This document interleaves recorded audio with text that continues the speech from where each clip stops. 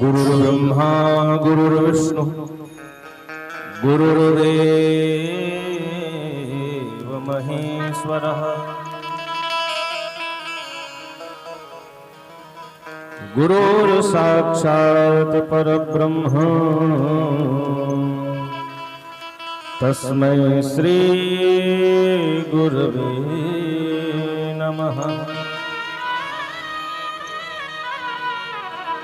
आइए हनुमंत विराजिए, कथा कहो मतिला। सुचि सुंदर आसन सुभग, पधारिय पवन कुमार। जय जय माता लक्ष्मी, जय गजवदन गणेश।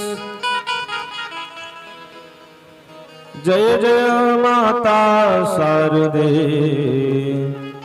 जय जय भारत देश। बोले भारत माता की जय। सद्गुरुदेव भगवान की, हनुमान जी महाराज की, श्रीमद् भागवत महापुराण की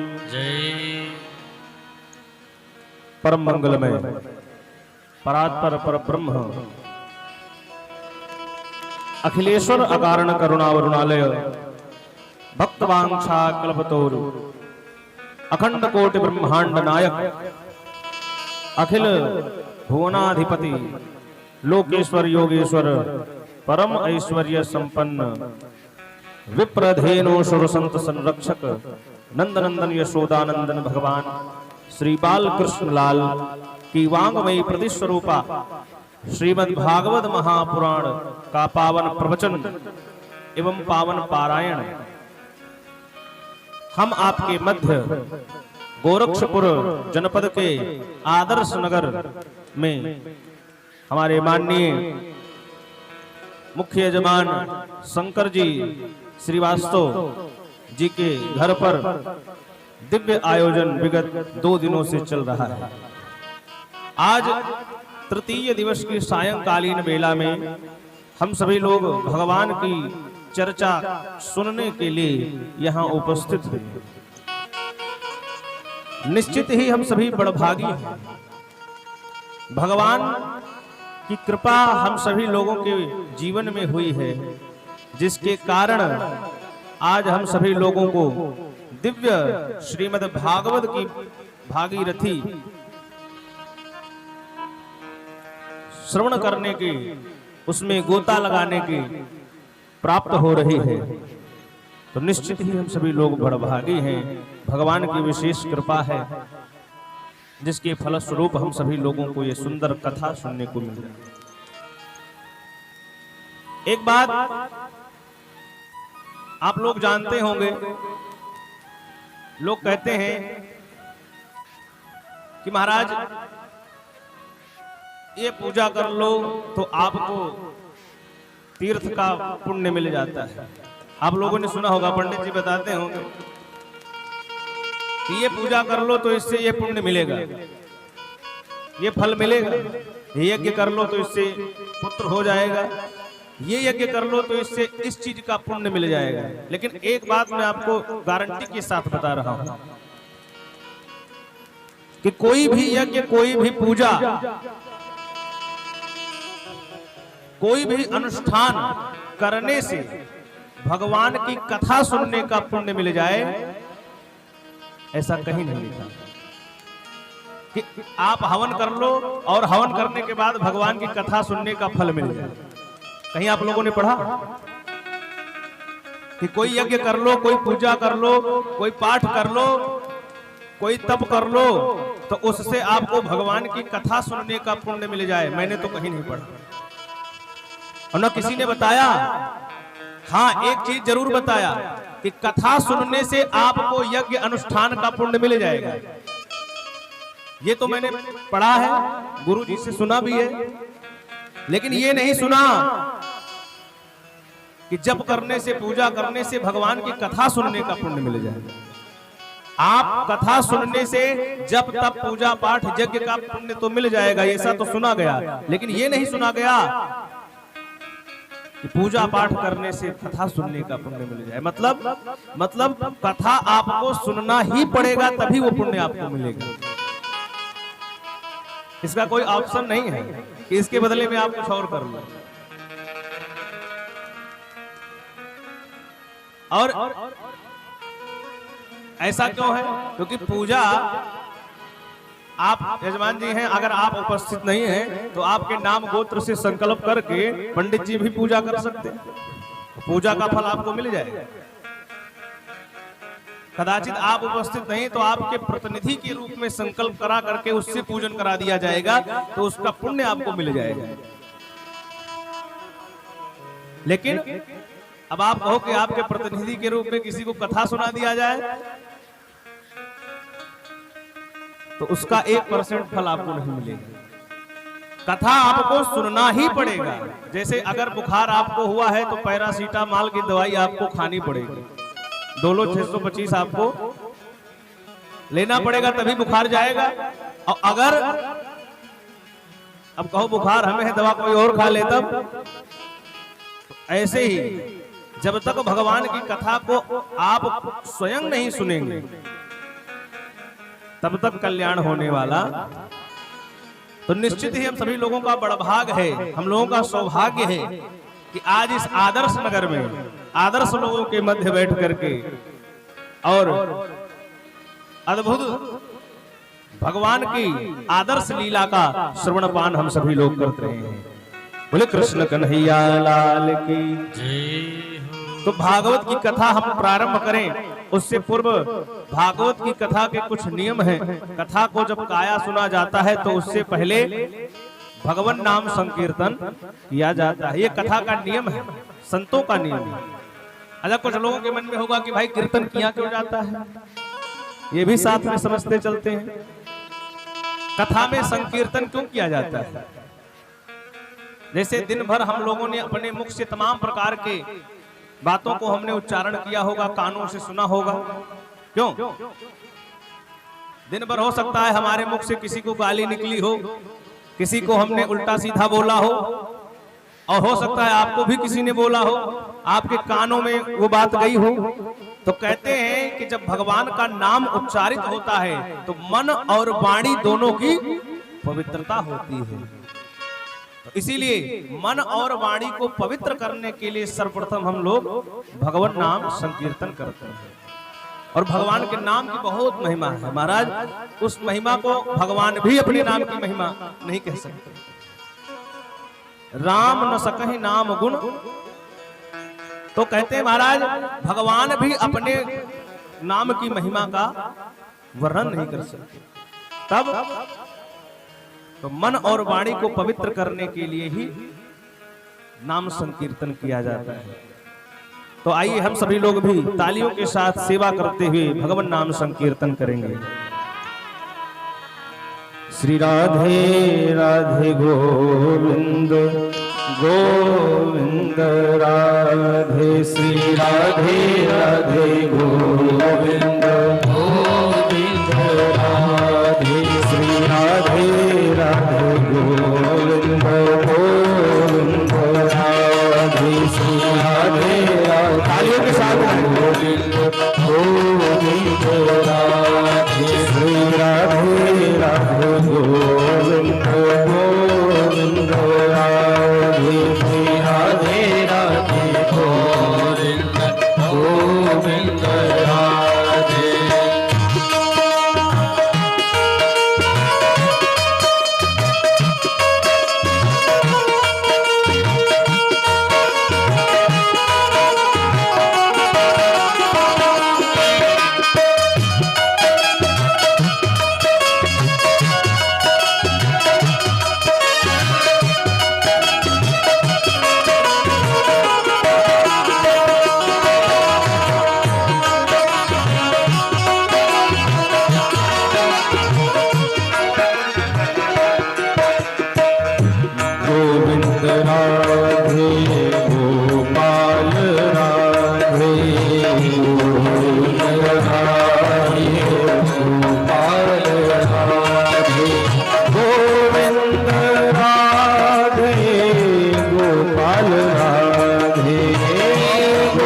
गोविंद राधे गोपाल राधे गोविंद राधे गोपाल राधे गोविंद राधे गोपाल राधे श्री राधे राधे राधे गोविंद राधे राधे राधे गोविंद गोविंद राधे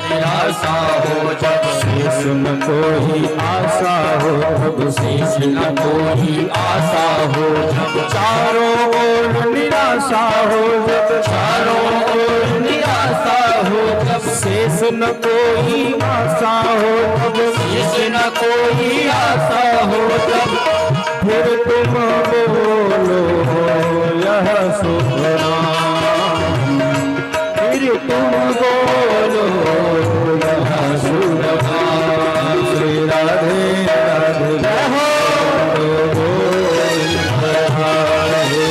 राधे राधे गोविंद गोविंद राधे राधे राधे गोविंद गोविंद राधे श्री राधे राधे गोविंद गोविंद राधे गोविंद राधे गोपाल राधे गोविंद राधे गोपाल राधे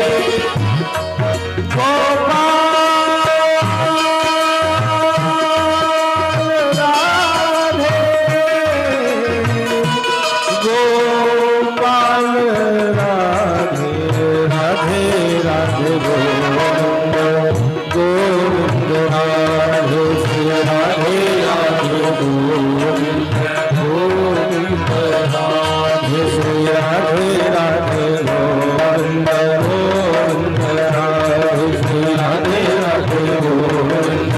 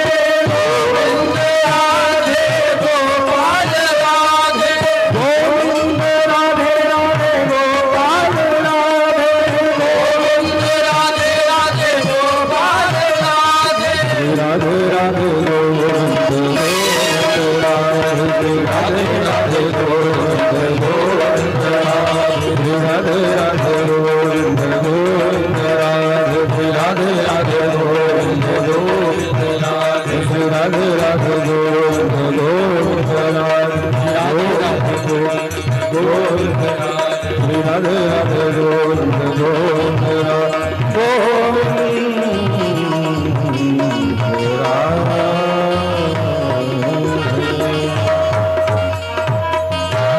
बोले राधे रानी की जय हो। बरसाने वाली की जय हो। कृष्ण कन्हैया लाल की जय हो। श्रीमद् भागवत महापुराण की जय हो। व्यास जी महाराज की जय हो।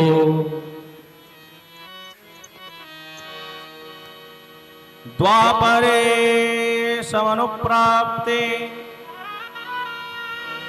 तृतीये युग परे जातः पाराशराद् योगी वसिव्यां कलया हरे। नैमिषारण्य की पावन भूमि में बैठ करके श्री सूत जी महाराज 88,000 ऋषियों को दिव्य श्रीमद् भागवत कथा श्रवण करा रहे हैं। वही श्रीमद् भागवत की मंगलमयी कथा श्री सुखदेव भगवान महाराज परीक्षित को सुखताल की भूमि में मां गंगा के तट पर सुना रहे हैं। और वही पावन मंगलमयी श्रीमद् भागवत की कथा आज हम सभी लोग बैठ करके गोरक्षपुर नगर में आदर्श नगर में बैठ करके श्रवण कर रहे हैं। नैमिषारण्य में 88,000 ऋषियों में प्रधान श्रोता के रूप में विराजमान हैं सौनक जी महाराज। वो प्रश्न करते हैं और सूत जी महाराज उनके प्रश्न के उत्तर में श्रीमद् भागवत की भागीरथी श्रवण करा रहे हैं। कल हम लोगों ने सुना कि सूत जी से सौनक जी ने 6 प्रश्न किए थे और उन्हीं 6 प्रश्नों के माध्यम से पूरी श्रीमद् भागवत की कथा सूत जी ने सौनक जी को और 88,000 ऋषियों को सुनाई। वही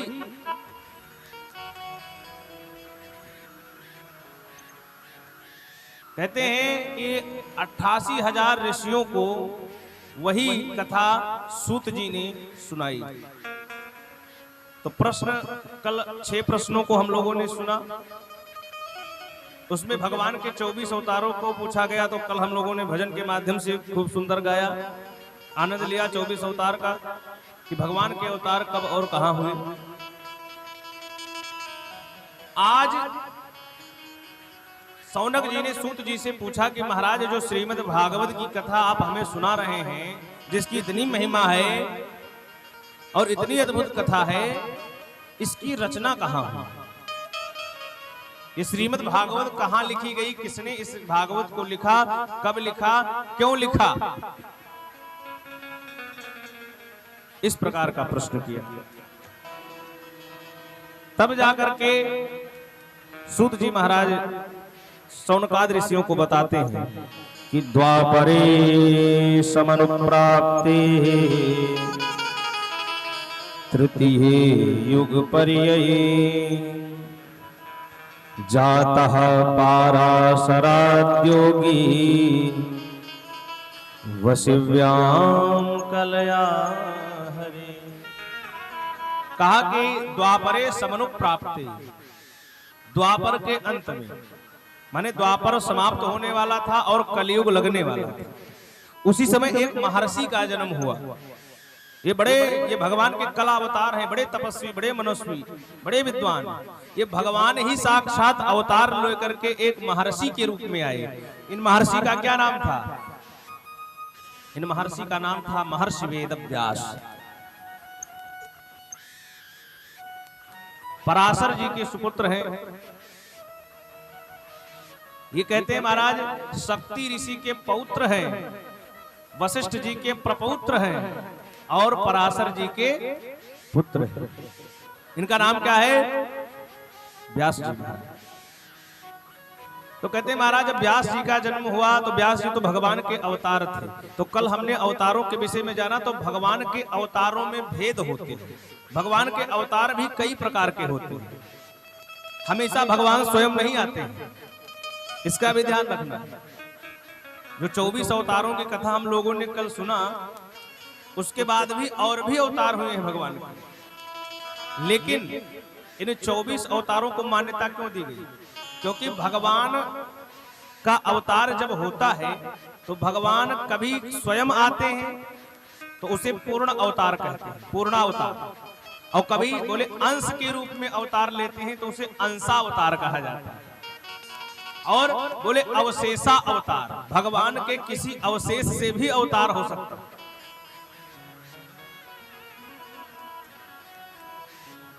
भगवान के अवशेष से भी अवतार हो जाता है। तो बोले अंशावतार, अवशेषावतार, और एक और है जिसको बोलते हैं कलावतार। भगवान की कला से जो उत्पन्न होते हैं उन्हें कलावतार कहा जाता है। कलावतार में जब भगवान आते हैं तो क्या करते हैं? बोले जब भगवान कलावतार में आते हैं तो हम लोगों को किसी ग्रंथ के माध्यम से रचना करके उस ग्रंथ के माध्यम से मार्गदर्शन करते हैं। जैसे व्यास जी महाराज का जन्म हुआ तो उन्होंने भागवत जैसा महापुराण, और भागवत ही नहीं अन्य पुराण 17 पुराण जो है उन्हीं की रचना है। पहले एक वेद था, उस वेद को सरल करके व्यास जी ने 4 वेद बना दिए। तो कहते महाराज भगवान व्यास के रूप में आए तो हम लोगों को ज्ञान दे करके समझाते हैं। ऐसे ही भगवान कपिल के रूप में आए तो सांख्य दर्शन जैसा उपदेश दे दिया। ये भगवान के कलावतार है। तो कहा महाराज व्यास जी ने इस भागवत की जब रचना की उससे पूर्व की कथा को सुनाते हुए कहते हैं जब व्यास जी का जन्म हुआ तो व्यास जी त्रिकाल दृष्टा थे, भूत भविष्य वर्तमान तीनों को जानते। तो इन्होंने जब भविष्य पर दृष्टिपात करके देखा कि आगे क्या होने वाला है तो देखा कि इसके बाद तो कलयुग आ गया है। और कलयुग में क्या देखा कि तमाम प्रकार के प्राणी जो हैं ये अनेक प्रकार के पाप कर रहे हैं। कलयुग के कलुषित प्राणियों को देखा तो व्यास जी बड़े दुखी हुए कि भाई हो चाहे जो, लेकिन ये तो प्राणियों की बड़ी दुर्दशा है, इनका किसी प्रकार से कल्याण किया जाएगा। कोई संत जो है परमार्थ के कारण साधुन धरा शरीर, उन्होंने मन में विचार किया क्या किया जाए, बड़े चिंतित थे। तब तक नारद जी महाराज आ पड़े, वीणा पर भगवान का नाम का गान करते हुए नारद जी महाराज पहुंचते हैं। व्यास जी ने नारद जी को देखा, बड़े प्रसन्न हुए।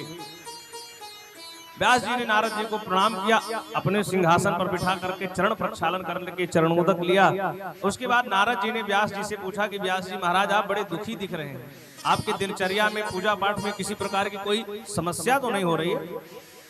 व्यास जी ने कहा हमें किसी प्रकार का कोई कष्ट नहीं है, समस्या मुझे ये दिख रही है कि इन कलयुग के कलुषित प्राणियों का कल्याण कैसे होगा।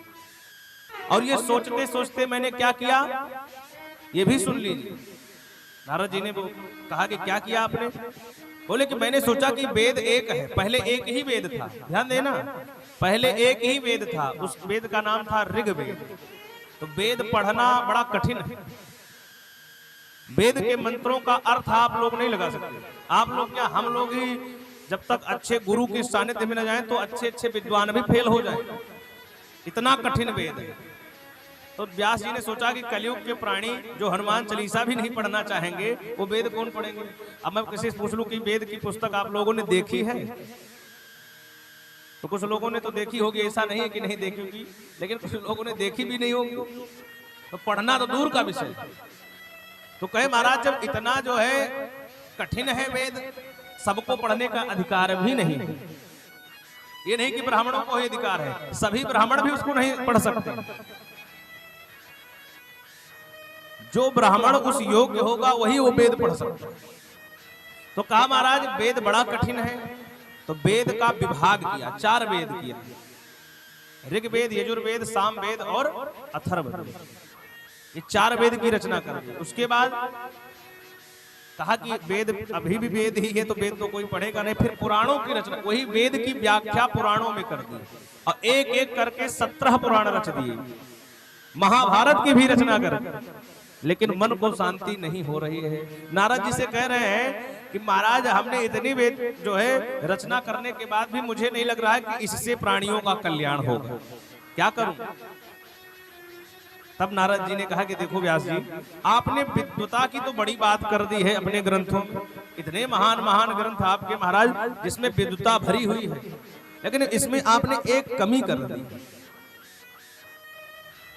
क्या बोली आपने कथाएं तो इसमें पुराणों में आपने बहुत सारी चीजें ज्ञान की चीजें तो भर दी हैं, लेकिन इसमें मिठास नहीं है। मिठास कहां पर है? व्यास जी ने कहा तो मैं क्या करूं? बोले इसमें आप भगवान की रसमयी कथा को डालिए। इसी ग्रंथ में, इन्हीं पुराणों में आप कोई ऐसे पुराण की रचना कीजिए जिसमें भगवान की रसमयी कथा हो। तो जो भगवान की रसमयी कथा है, अगर आप उस कथा को अपने ग्रंथ में डालेंगे तो उस ग्रंथ को पढ़ने वाले लोग और उसको जानने वाले लोग सरलता से समझने लगेंगे। तब व्यास जी की समझ में आया कि हाँ कुछ ऐसे करना चाहिए। आप विचार करो, पहले वैद्य, अब तो डॉक्टर हो गए हैं, दवा खा के जो है हम लोग काम कर लेते हैं, बहुत प्रकार की मशीनों से दवा बनती है। पहले वैद्य जी हुआ करते थे तो वो बढ़िया से सिलबट्टे पर बना करके देते थे चूरन अपना। तो कभी कभी जब आप वैद्य जी के पास जाते रहे होंगे तो वैद्य जी कहते रहे होंगे कि ऐसा है कि ये दवा तो ले जा रहे हो, लेकिन इसमें क्या है, ये बहुत कड़वी है दवा, इसमें थोड़ा शहद लगा लेना और शहद लगा करके दवा खा लेना तो जो है दवा काम कर जाएगी। ऐसा क्यों कहा? शहद लगा करके खाना ये कोई जरूरी नहीं था, लेकिन आपका मुंह खराब ना हो इसलिए जो है शहद लगा दिया गया। तो शहद अपना काम कर रहा है और दवा अपना काम। ऐसे ही भगवान की कथा क्या है? बोले भगवान की जो लीला है इसको शहद समझ करके पी जाएगी। इसीलिए भागवतकार ने ये नहीं लिखा कि कथा को सुनो, उसने क्या कहा कि बार बार इस कथा को पियो, क्योंकि कान से सुनी हुई चीज भूल भी सकते, लेकिन इस कथा को पान करना, रसपान कर जाना है। अब पान करने के बाद क्या होगा? हृदय में बैठाना, उसी को पान करना। तो कहते हैं भगवान की कथा इतनी रसमयी है। कभी कभी कोई कहता है, अभी मैंने जो उदाहरण दिया एक जगह और लगता है, कभी कभी लोग कहते हैं महाराज संगीतमयी कथा जो है, कुछ लोग इसका भी वो करते हैं, लेकिन विचार करना संगीत हर समय पर था। जब अभी मैंने वेद की जो है चर्चा की तो जो साम वेद है वो संगीत ही है, उसका उपवेद गंधर्व वेद की श्रेणी में आता है। और संगीत के 3 अंग हैं, गायन, वादन और नृत्य। लेकिन अब आज की परंपरा में उसको जो है अतिक्रमण करके और समस्या उत्पन्न हो रही है। जैसे मैंने भी कहा कि जो है शहद का काम होता है कड़वी दवा को मीठा बनाना। तो भगवान की कथा सुनने में कभी कभी क्या होता है कि नींद आने लगती है, सब लोग सुन भी नहीं सकते, कुछ लोगों को सुनने में भी अच्छा नहीं लगता, लेकिन जब उसमें संगीत का शहद लग जाता है कथा में, तब क्या होता है, दवा तो अपना काम कर देती है और शहद से आनंद भी आ जाता है। एक बार जोर से बोलो राधे राधे। हे राधे। लेकिन संगीत का दुरुपयोग नहीं करना चाहिए। अब पता चले शहद आपको पिला दिया जाए, ध्यान देना, दवा ना मिला करके शहद पीने में मजा आ रहा है तो कहो महाराज ऐसा है कि शहद पिला दो, पी लेंगे और दवा नहीं पिएंगे तब तो रोग तो ठीक नहीं होगा। तो इसका मतलब, बोले इसका मतलब संगीत है, लेकिन जहां पर उसकी उपयोगिता है वो वहीं पर रहे तो ज्यादा सही। अतिक्रमण करके अभी हो जाए कि दुनिया भर का भजन ही गा के आपको सुना दे, वो कथा आप लोग न सुन पाओ तब तो कथा तो छूट जाए। इसलिए कहते हैं कि अति सर्वत्र वर्जन, सबको समान दृष्टि में एक पलड़े में ही लेकर के चलना चाहिए, समान रहना चाहिए। तो कहा महाराज भगवान की कथा जो इतनी रसमयी कथा है, इस कथा को आप अपने ग्रंथ में डालिए। और नारद जी ने अपने पूर्व जन्म की कथा को सुनाई। नारद जी ने कहा कि पहले मैं दासी का पुत्र था, मेरी मैया ब्राह्मणों के यहाँ सेवा करती थी, बर्तन उर्तन धुलती थी। एक बार उन ब्राह्मणों के यहाँ चतुर्मास करने के लिए कुछ संत आए। अभी चतुर्मास व्रत चल रहा है, पूर्णिमासी को पूर्ण होगा। तो कहने लगे 4 महीने का व्रत ये होता है, कार्तिक पूर्णमासी के पहले जो 4 महीने हैं वे 4 महीने का व्रत होता है। तो कहे महाराज जो 4 महीने का व्रत होता है इसमें संत लोग आते हैं और शाम को बढ़िया प्रवचन करते हैं, कथा होती है और शाम को लोग भंडारा पाते हैं। तो जब भोजन पाते हैं तो भोजन का जो जूठा बच जाता है शाम को वो मैं इकट्ठा करके सबके पत्तल से वही मैं पाता था। ये नारद जी अपने पूर्व जन्म की कथा सुना। मैं एक दासी का पुत्र, एक नौकरानी का पुत्र था और कहते हैं कि उस संतों के जूठन प्रसाद को खाने से नारद जी कहते हैं कि मेरे अंदर इतना वैराग्य जागृत हो गया कि मैं सोचा कि जो है अब घर गृहस्थी त्याग करके मैं इन्हीं संतों के साथ 4 महीने बाद चला जाऊं। 4 महीना बीत गया, पूर्णमासी आई, संत लोग जाने लगे। नारद जी महाराज संत का पैर पकड़े कि हमें भी ले चलो। संत लोगों ने कहा कोई बात नहीं, एक तुम भी चलो मेरे साथ। लेकर जाने लगे। तब तक उनकी मम्मी ने हाथ उनका पकड़ा, नारद जी का। माता जी ने पकड़ा हाथ कि हे साधु महाराज, आप तो 4 महीने आए, मेरे बुढ़ापे का एक ही सहारा ये बच्चा है मेरा, इसको भी आप लिए जा रहे हो, साधु बना दोगे। संतों ने कहा एक ही बेटा है तुम्हारा। दासी ने कहा कि हाँ एक ही बेटा है। तब नारद जी को समझाया संतों ने कि देखो ऐसा है, अगर तुम चाहो तो अपनी माँ की सेवा भी कर लोगे और तुम साधु भी रहोगे। कभी कभी हम लोग ऐसा सोचते हैं कि जंगल में चले जाए सब छोड़ के त्याग के तभी जो है साधु। अरे जंगल में जाने के बाद भी, तीर्थ स्थान में जाने के बाद भी लोग गृहस्थी में चिपके रहते हैं। मन से वैराग्य धारण करो। अगर आप मन में ठान लो कि नहीं मैं 10 माला डेली जप करके ही भोजन करूंगा, तो कोई कौन कर लेगा तुम्हारा कोई कुछ। जपो। तो कहा महाराज मन से वैराग्य होना, बहुत समझाया। नारद जी ने कहा लेकिन नारद जी के मन में तो प्रगाढ़ वैराग्य है ना। नारद जी रुके और संतों ने नारद जी को एक मंत्र दिया। ये बड़ा अद्भुत मंत्र है, ये भागवत का बड़ा अद्भुत मंत्र है। और यही मंत्र जो है संतों ने नारद जी को दिया और वही मंत्र नारद जी जब पाए तो उस मंत्र का इतना प्रचार प्रसार कर दिया कि उसी मंत्र को ध्रुव जी को बताया नारद जी ने, उसी मंत्र को प्रहलाद जी को बताया। और ये मंत्र इतना अद्भुत है कि इस मंत्र को जपते जपते ध्रुव ने 6 वर्ष की अवस्था में भगवान को प्राप्त कर लिया। प्रहलाद इस मंत्र को जपते जपते प्रहलाद ने खंभे से भगवान को प्रकट कर दिया। साधारण मंत्र नहीं है। तो आइए हम लोग भी इस मंत्र का उच्चारण करते हैं और भाव से हम सभी गाएंगे।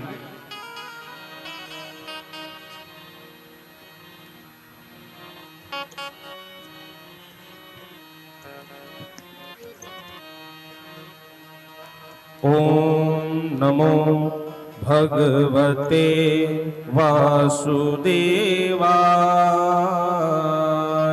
ओम नमो भगवते वासुदेवाय। ओम नमो भगवते वासुदेवाय। ओम नमो भगवते वासुदेवाय। ओम नमो भगवते वासुदेवाय। ओम नमो भगवते वासुदेवाय।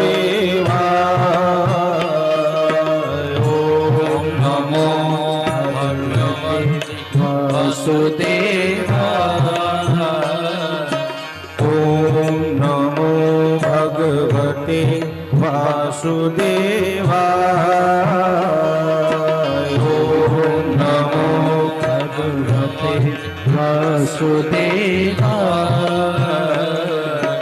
ओम नमो भगवते वासुदेवाय।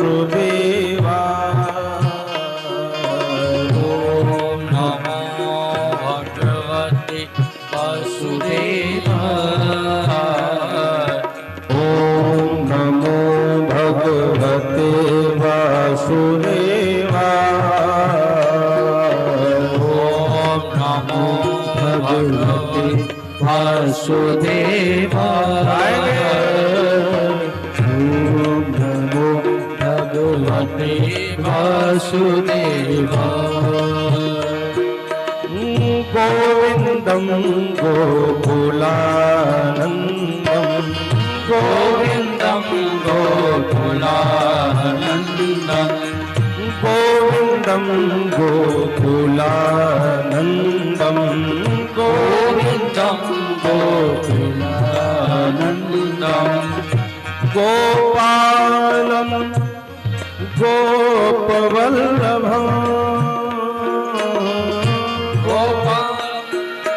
गोपवल्लभं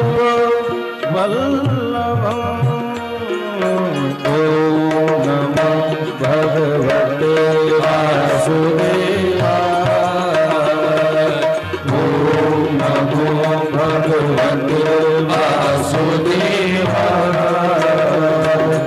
ॐ नमो भगवते वासुदेवाय ॐ नमो भगवते वासुदेवाय नमो भगवते वासुदेवाय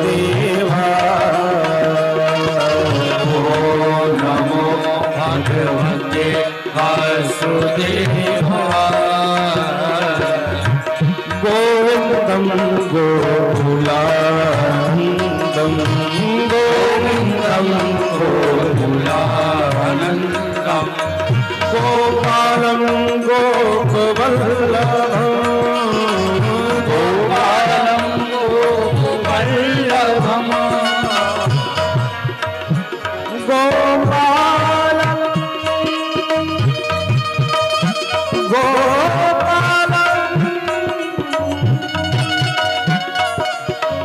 गोविन्दं गोकुलानन्दं गोविन्दं गोकुलानन्दं गोपालं गोपवल्लभं गोपालं गोपवल्लभं ॐ नमो भगवते वासुदेवाय ॐ नमो भगवते वासुदेवाय ॐ नमो भगवते वासुदेवाय।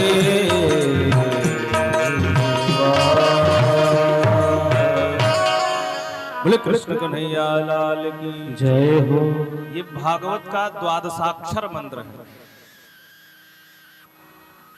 ये भागवत में इसको द्वादशाक्षर मंत्र कहा गया है। इस मंत्र को जपते जपते महाराज कयादु नंदन प्रहलाद जी भक्ति के परमाचार्य बन गए। ध्रुव जी मात्र 6 वर्ष की अवस्था में भगवान को प्राप्त कर लेते हैं। तो कहा महाराज यही मंत्र दे करके संत नारद जी को छोड़ करके चले गए और नारद जी को कहा कि अपनी माता पिता की सेवा करो। पिताजी तो आपके हैं नहीं, माता ही एक हैं, उनके बुढ़ापे का तुम सहारा हो और तुम ही छोड़ करके चले जाओगे तो फिर इनका कैसे कल्याण होगा। और संतों ने एक बड़ा दिव्य उपदेश दिया है। क्या कहा? बोले कि साधु बनना तो बड़ा सरल है, साधु बनना बड़ा सरल है। घर द्वार को छोड़ करके चले जाना तो सरल है, लेकिन अपने माता पिता की सेवा करना, 10 लोगों को और संभालना ये कठिन है। तो कहते महाराज गृहस्थ आश्रम को अपना करके जो जीवन यापन कर रहे हैं साधारण बात नहीं है भाई। सब कुछ छोड़ छाड़ के कोई जंगल में चला जाए और कठिनता तो उसमें भी है, लेकिन जितनी कठिनता इसमें है उतना उसमें नहीं है। इसमें दिन कितना बड़ा प्रपंच रहता है। इसीलिए गृहस्थ आश्रम को सबसे बड़ा आश्रम माना गया। धन्यो भी गृहस्थ आश्रम, ऐसा आप पढ़ेंगे तो पुराणों में ऐसा ही वर्णन है। कहा गया कि सबसे बड़ा और सबसे उत्तम धर्म जो है आश्रम किसको माना गया? तो देखिए 4 आश्रम हैं, ब्रह्मचर्य, गृहस्थ, सन्यास और वानप्रस्थ। ये 4 आश्रम हैं। और इन चारों आश्रमों में सर्वश्रेष्ठ कौन है? बोले गृहस्थ आश्रम। ऐसा क्यों? गृहस्थ आश्रम श्रेष्ठ क्यों है? क्योंकि गृहस्थ आश्रम ऐसा है जो खुद अपना पालन पोषण करता है और इन 3 आश्रम के लोगों को भी पालन पोषण करता है। खुद तो अपना पालन पोषण करता है, अपने बच्चों को खिलाता है, लेकिन वो इन तीनों आश्रमों को ही चलाता है। कैसे? आप विचार करो, किसी साधु संत कोई खेती करते हैं, ये बताओ, कोई साधु संत के यहाँ 50 बीघा खेत होगा कि वो उसी में से गेहूं लाकर आश्रम में करते होंगे? कोई ना कोई दे रहा है ना।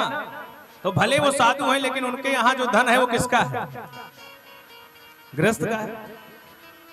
तो कहने का तात्पर्य यही है कि जो मेहनत करके कहीं ना कहीं जो संतों के पास जो धन है, जो आर्थिक रूप से जो व्यवस्था का निर्वाह करते हैं, वो गृहस्थ ही करते हैं।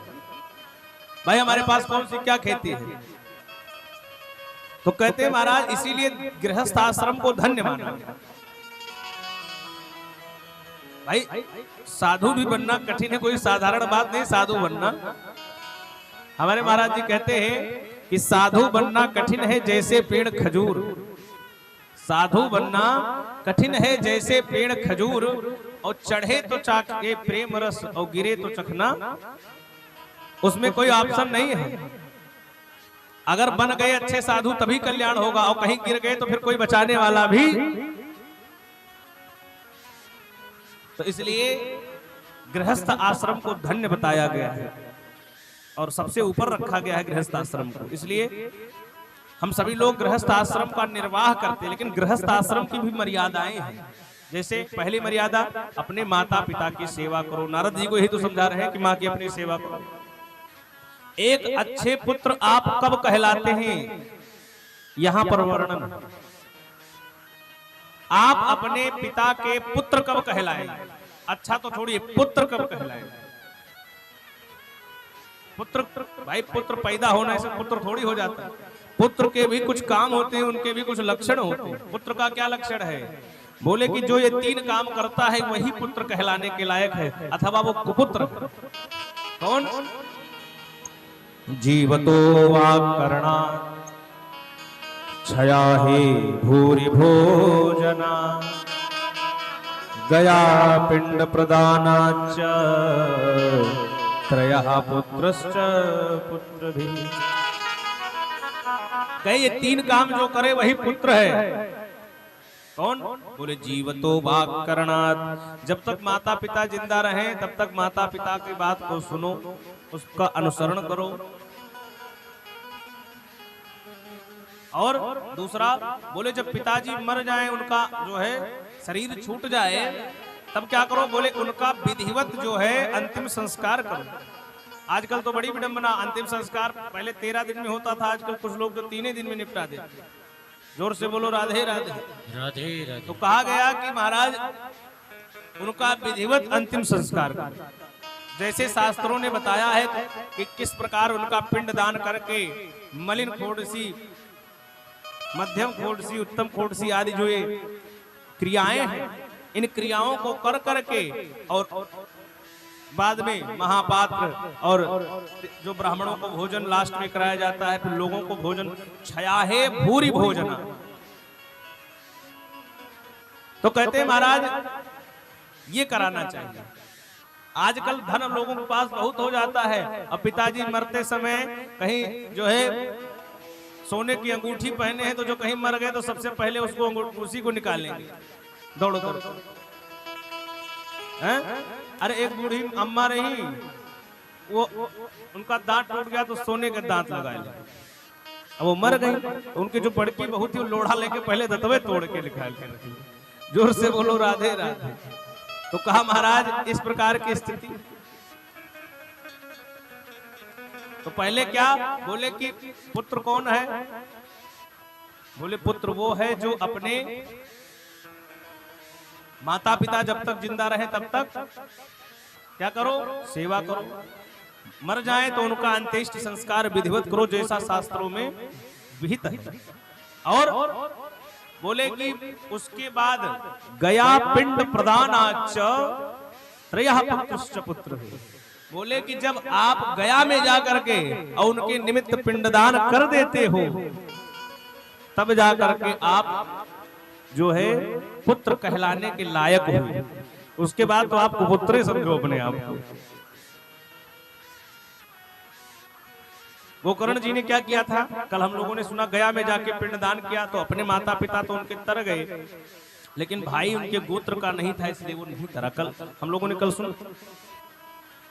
तो तभी से जब अब आप विचार कीजिए, जो गया जाते हैं वो आकर के भागवत करते हैं, इसका मतलब ही यही है कि मान लो कहीं से किसी प्रकार की कोई त्रुटि रह गई हो तो अंत में श्रीमद् भागवत को की कथा को कराने से सारी त्रुटियां समाप्त हो जाए। भाई कहीं ना कहीं कोई छूट जाता है, तो जब आप अंत में आकर के श्रीमद् भागवत कथा सुन लेते हो, हवन हो जाता है, भंडारा हो जाता है, उसके बाद बोले सारी त्रुटियां, जीवन का सबसे बड़ा कार्य हो रहा है। आपके जीवन का तो सबसे बड़ा कार्य है, समझ लीजिए।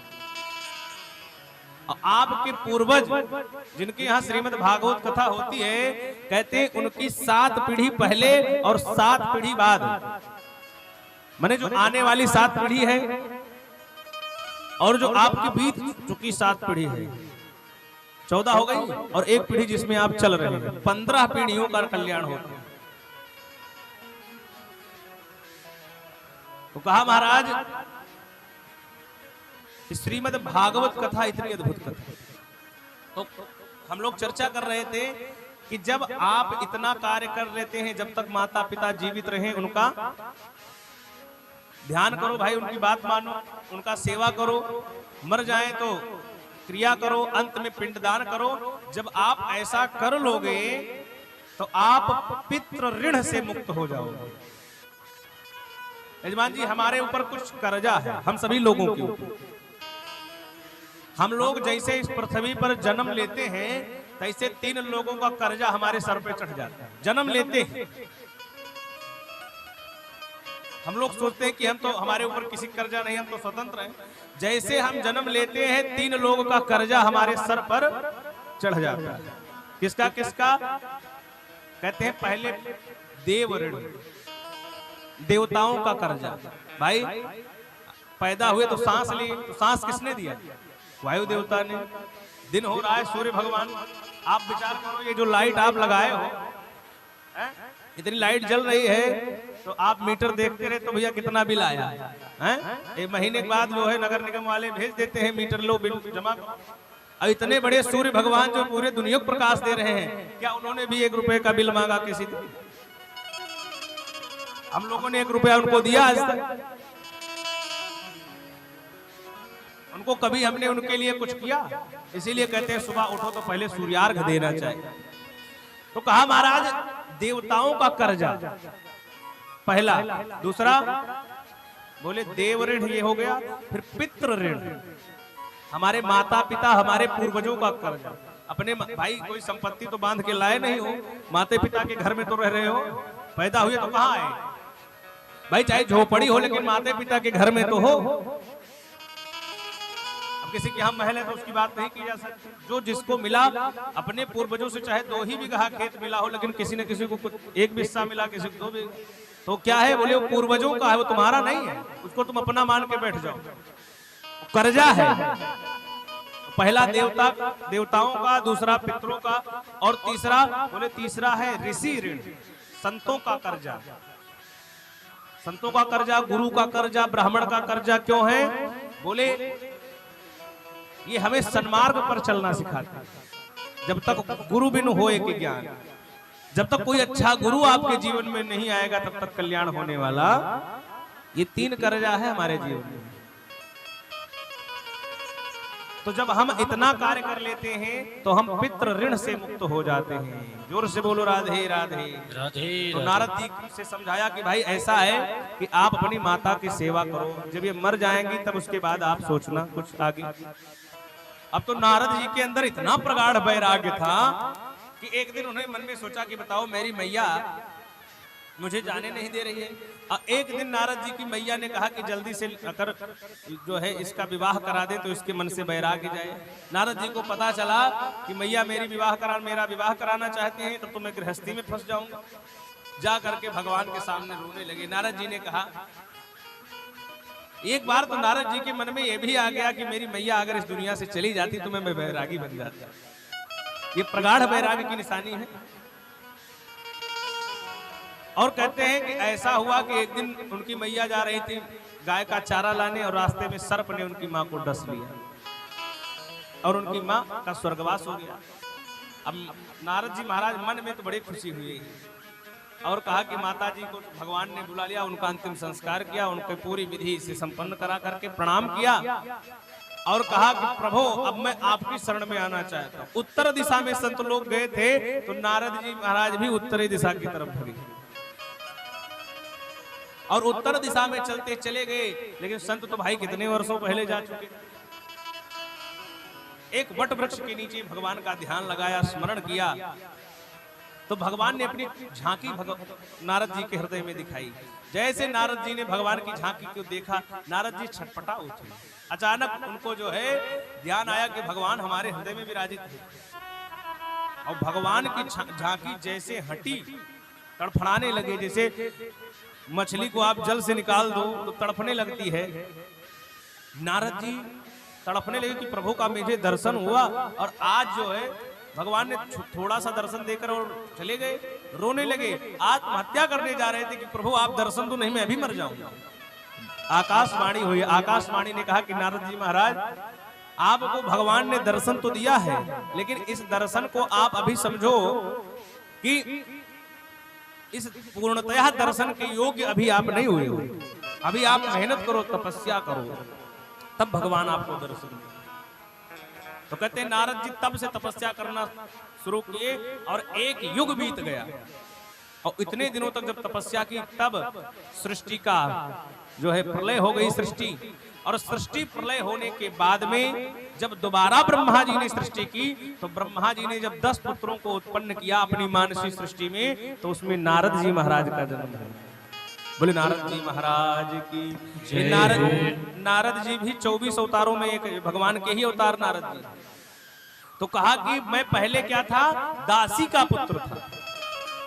और उन संतों के जूठन प्रसाद का प्रभाव तो देखिए, भगवान की कथा का प्रभाव देखिए कि मैं दासी का पुत्र था और जब मैं ये सारे चीजों को किया, कथा को सुना, संतों के प्रसाद को पाया, तो मैं अंत में ब्रह्मा जी का पुत्र बन गया। कितनी बड़ी बात।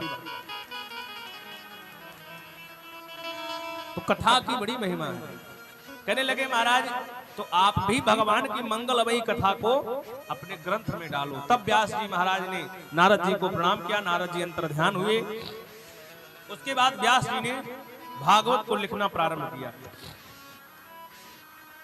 ये भागवत की रचना कहां पर हुई? कहने लगे कि महाराज भागवत की रचना बद्रीनाथ में। कितने लोग बद्रीनाथ गए? तो बद्री विशाल जब आप जाएंगे, तो हम भी गए थे दर्शन करने, तो बद्री विशाल में जाने के बाद आप जब बद्री विशाल भगवान का दर्शन करेंगे, नर नारायण भगवान विराजमान है वहां। उसके आगे थोड़ा सा और ऊपर जाएंगे तो वहां व्यास गुफा है। जो गए होंगे दर्शन करने उन्होंने देखा होगा। तो वहां पर व्यास गुफा है और उसी के सामने गणेश गुफा है और नीचे सरस्वती नदी बह रही है। उसी सरस्वती नदी में व्यास जी ने स्नान किया और स्नान करके अपनी गुफा में आए बैठे और श्रीमद् भागवत कथा को बोलना प्रारंभ कर दिया। उसी के ठीक सामने गणेश गुफा है जहां पर गणेश जी महाराज विराजमान थे। और गणेश जी महाराज ने जैसे व्यास जी बोलते चले गए, गणेश जी महाराज यथार्थ वैसे ही श्लोकबद्ध तरीके से भागवत को लिखते चले गए। देखते ही देखते 18,000 श्लोकों की पावन संहिता व्यास जी ने तैयार कर दी। बोले श्रीमद् भागवत महापुराण की जय। तो कहते हैं महाराज दिव्य श्रीमद् भागवत की संहिता तैयार हो गई। व्यास जी ने जब उसको देखा, मन में बड़ा आश्चर्य हुआ कि इतनी अद्भुत संहिता तैयार कर दी है मैंने, लेकिन किसी योग्य व्यक्ति को भी इस कथा को सुनाया जाए। भाई मैंने कल कहा था कि खीर कितनी सुंदर हो, लेकिन कटोरे में यदि गंदगी लगी हो तो अगर कटोरे में खीर डाल दी जाएगी तो बेकार हो जाएगी खीर भी। तो इसलिए कहा कि किसी ऐसे पात्र को इस कथा को सुनाया जाए जो इसके योग्य हो। अचानक व्यास जी महाराज को अपने पुत्र की याद आ गई। व्यास जी के पुत्र हैं सुखदेव भगवान। ये जन्म लेते ही बैरागी बन गए। यम प्रव्रजन्तमनुपेतमपेत कृत्यम द्वैपायनो विरह कातर आजुहाव। पुत्रेति तन्मयतया तर्वोऽभिनेदुस् तं सर्वभूत हृदयं मुनिमानतोऽस्मि।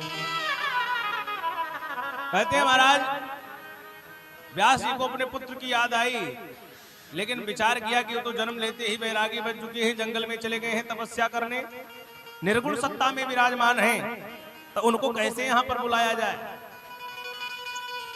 लेकिन व्यास जी को भगवान अपने ऊपर तो नहीं भरोसा है कि मैं तो बहुत बुलाया मेरा पुत्र नहीं आया, लेकिन भगवान की कथा पर मुझे भरोसा है कि अगर ये कथा उनके कानों तक पहुंचा दूं तो कहीं ना कहीं ये कथा में इतनी शक्ति है कि वो मेरे पास जरूर आए। व्यास जी ने मन में विचार किया, अपने शिष्यों को बुलाया और भागवत के 2-4 श्लोक उनको कंठस्थ कराए और कहा कि जाओ जंगल जंगल में इसको गाओ, पहाड़ों में जाकर के इसको गाओ, जहां पर योगी लोग तपस्या करते हैं। ऐसा कहकर के अपने शिष्यों को भेजा और शिष्य जाकर के गा रहे हैं। गाते गाते एक बार शिष्य सुखदेव जी जहां समाधि लगाए बैठे थे वहीं उनके शिष्य पहुंच गए और एक श्लोक का गान किया है। ये बड़ा अद्भुत श्लोक है भागवत का, और इसी श्लोक को सुन करके सुखदेव भगवान की समाधि टूट जाती है। श्लोक कैसा है? इसमें भगवान के स्वरूप का वर्णन किया गया है। भगवान कैसे हैं? वरहा पीडम नटवर वपु कर्णयो कर्णिकारं बिभ्रदवासः कनक कपिशं वैजयन्तीं च मालाम्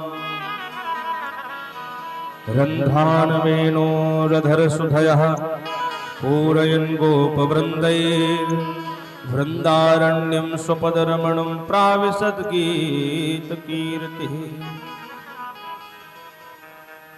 कहते हैं महाराज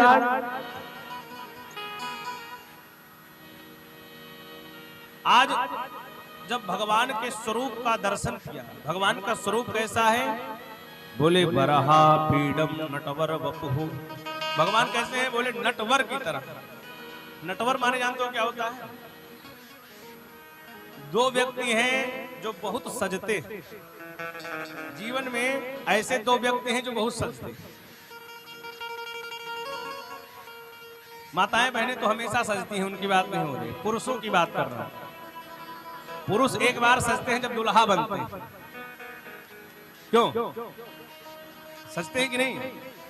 भाई कितना भी हो तो वो भी एक बार थोड़ा बहुत क्रीम पाउडर तो लगा ही लेते। तो कहे कि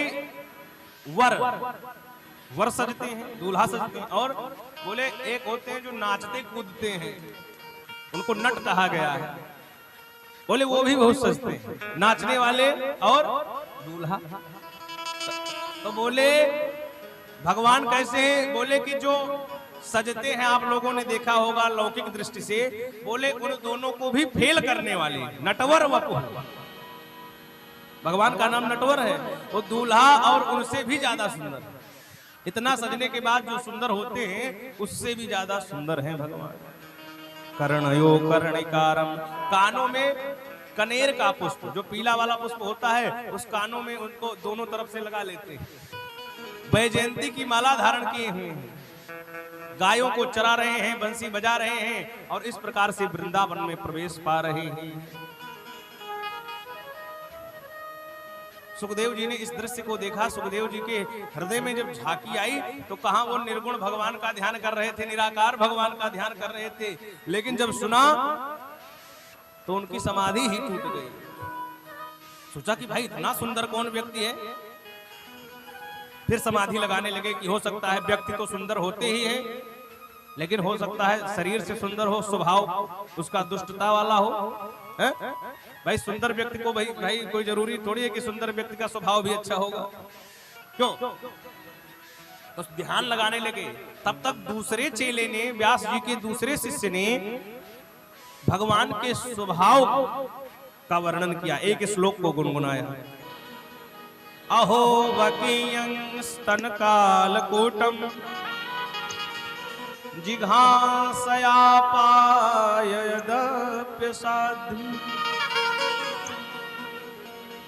लेभे गतिम धात्रयुजितां ततोऽन्यं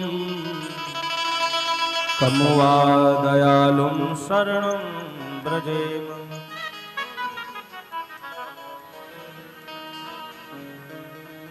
भगवान का स्वभाव कैसा है?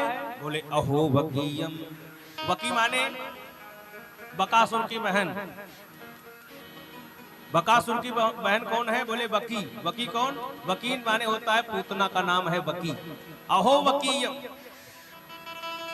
माने पूतना जो भगवान को मारने के लिए आई थी। अहो वकीयम अस्तन कालकूटम, वो पूतना जो अस्तनों में कालकूट नाम का जहर लगा करके भगवान को मारने की इच्छा से आई। भगवान ने क्या किया? बोले भगवान ने उसको तार दिया। गई मारन पूतना कुछ कालकूट लगाए, मातु की गति ताहि दीनी कृपालु जादवराय। बोले जो पूतना भगवान को मारने के लिए गई, भगवान ने उन्हें तार दिया। ऐसे भगवान के शरण में कौन नहीं जाना चाहेगा? जो भगवान को मारना चाह रहा है, भगवान ने उसे तार दिया। मातु की गति, यशोदा जी की गति प्रदान कर दी। भगवान ने सोचा पूतना भले मुझे मारने आई हो, लेकिन काम तो उसने मेरी मैया वाला किया है, दूध पिलाया है, तो भगवान ने उसका उद्धार कर दिया। ऐसे भगवान जो अपने दुश्मन का भी कल्याण करते हैं, ऐसा स्वभाव जिनका है, उनसे कौन प्रेम नहीं करना चाहेगा? जैसे इतना सुना, सुखदेव जी की समाधि टूटी फिर से, और जा करके शिष्यों के चरणों में गिर पड़े कि भाई ये कौन है, इनसे मुझे मिलाओ। ये श्लोक तो बड़ा सुंदर है, और सुनाओ और सुनाओ इनके बारे में। सुखदेव जी से शिष्यों ने कहा कि महाराज आप 2 श्लोक सुने, इसी में आप इतने प्रसन्न हो गए। हमारे गुरुजी के पास ऐसे 18,000 श्लोक हैं। 1-2 नहीं महाराज, 18,000 श्लोक हैं। और चलो हमारे गुरुजी के पास। आज वो सुखदेव जी भागे हुए व्यास जी के पास आए। व्यास जी ने सुखदेव जी को देखा, रोने लगे व्यास जी कि वो पुत्र जिसके लिए मैं पुत्र पुत्र कह करके पुकार रहा था, पुत्र नहीं आया। और धन्य है ये भगवान की मंगलमयी कथा जो आज इनको खींच करके मेरे पास ले आए। आप विचार करो, जो निर्गुण निराकार का ध्यान कर रहे थे, जब उन्होंने भगवान की कथा को सुना तो वो भी अपने आप को रोक नहीं पाए और दौड़ करके व्यास जी के पास आ गए। ये भागवत कथा की महिमा। और तब जाकर के सुखदेव जी महाराज को व्यास जी ने कथा सुनाई, और उसके बाद सुखदेव जी ने परीक्षित जी को कथा सुनाई, और परीक्षित जी के माध्यम से ही तब ये कथा जन जन तक पहुंची। बोले श्रीमद् भागवत महापुराण की जय। आइए 2 बार भगवान नाम संकीर्तन, तत्पश्चात आगे की कथा हम लोग श्रवण करेंगे।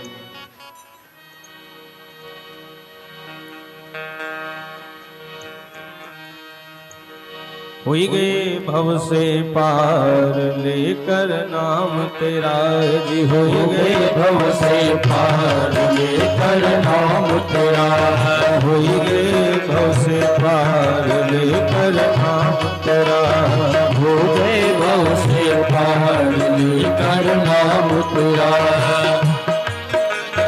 नाम तेरा नाम तेरा नाम तेरा नाम तेरा, नाम तेरा जी नाम तेरा, नाम तेरा ही नाम तेरा, हो गए भव से पार लेकर नाम तेरा, हो गए भव से पार लेकर नाम तेरा, जी हो गए भव से पार लेकर नाम तेरा, हो गए भव से पार लेकर नाम। तालियों की सगावट नहीं गाएंगे।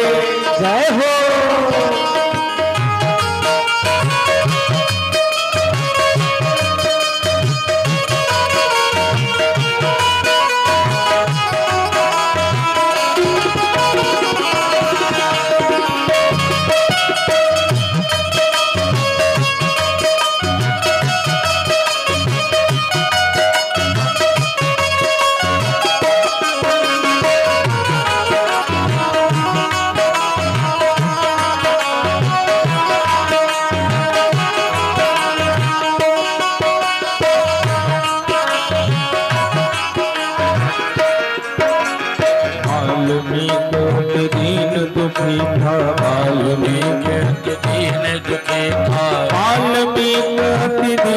दुखी था, वाल्मीकि अति दीन दुखी था, वाल्मीकि अति दीन दुखी था, वाल्मीकि अति दीन दुखी था। बुरे कर्म में सदा लीन था, बुरे कर्म में सदा लीन था। हरि रमण दया लेकर नाम तेरा, हरि रमण दया लेकर नाम तेरा।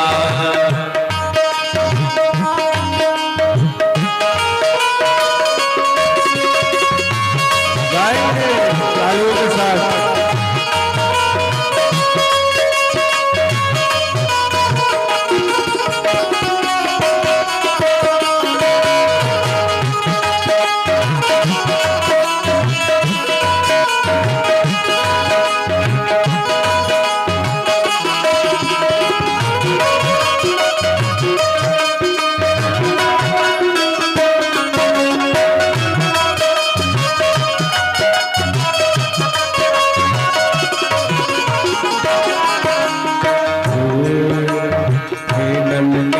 जात के वानर थे, नील जाति के वानर, नल नील जात के वानर थे, नील जाति के वानर। राम नाम लिख दिया शिला पर, राम नाम लिख दिया शिला पर, राम नाम लिख दिया शिला पर, राम नाम लिख दिया शिला पर। हो गई सेना बाहर लेकर नाम तेरा, हो गई सेना पार लेकर नाम तेरा, हो गई सेना बाहर लेकर नाम तेरा, हो गई सेना बाहर लेकर नाम तेरा।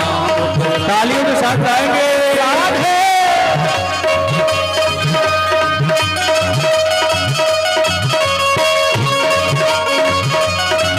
जय हो।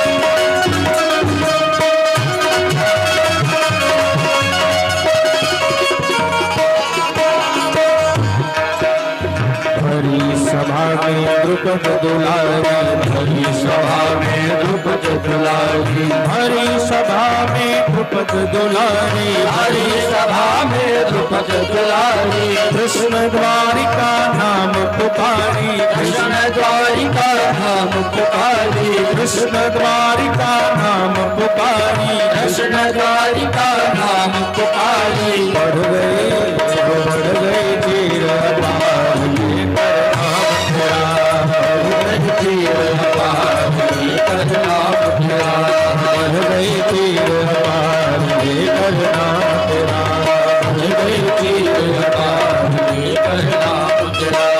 नाम तेरा, नाम तेरा, नाम तेरा, नाम तेरा, नाम तेरा, ये भी नाम तेरा, नाम तेरा, नाम तेरा।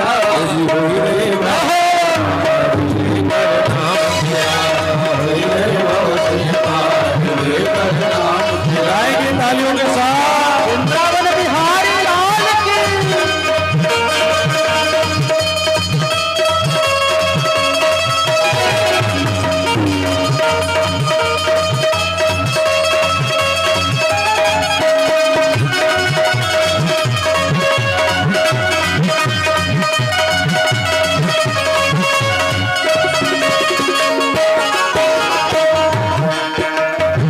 मीरा गिरधर नाम पुकारी, गिरधर नाम पुकारी, मीरा गिरधर नाम पुकारी, मीरा गिरधर नाम पुकारी।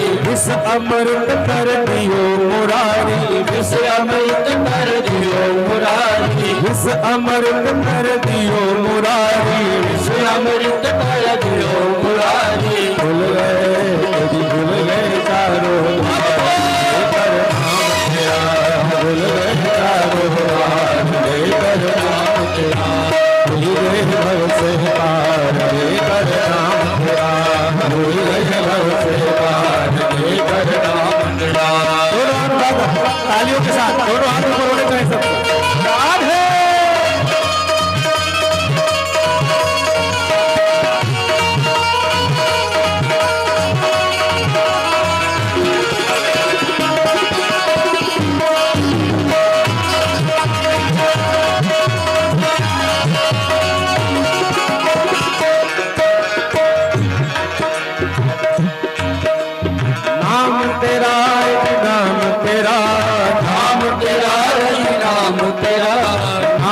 तेरा नाम तेरा नाम तेरा नाम तेरा हो रे भव से पार लेकर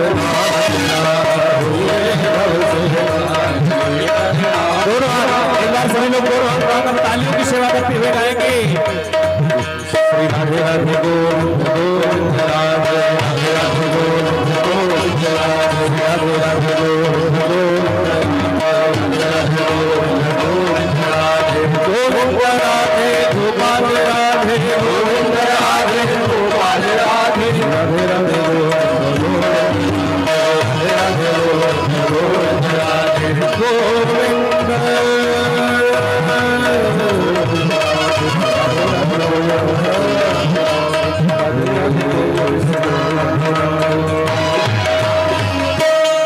बोले कृष्ण कन्हैया लाल की जय हो राधे गोविंद भगवान की जय। हनुमान जी महाराज की जय हो।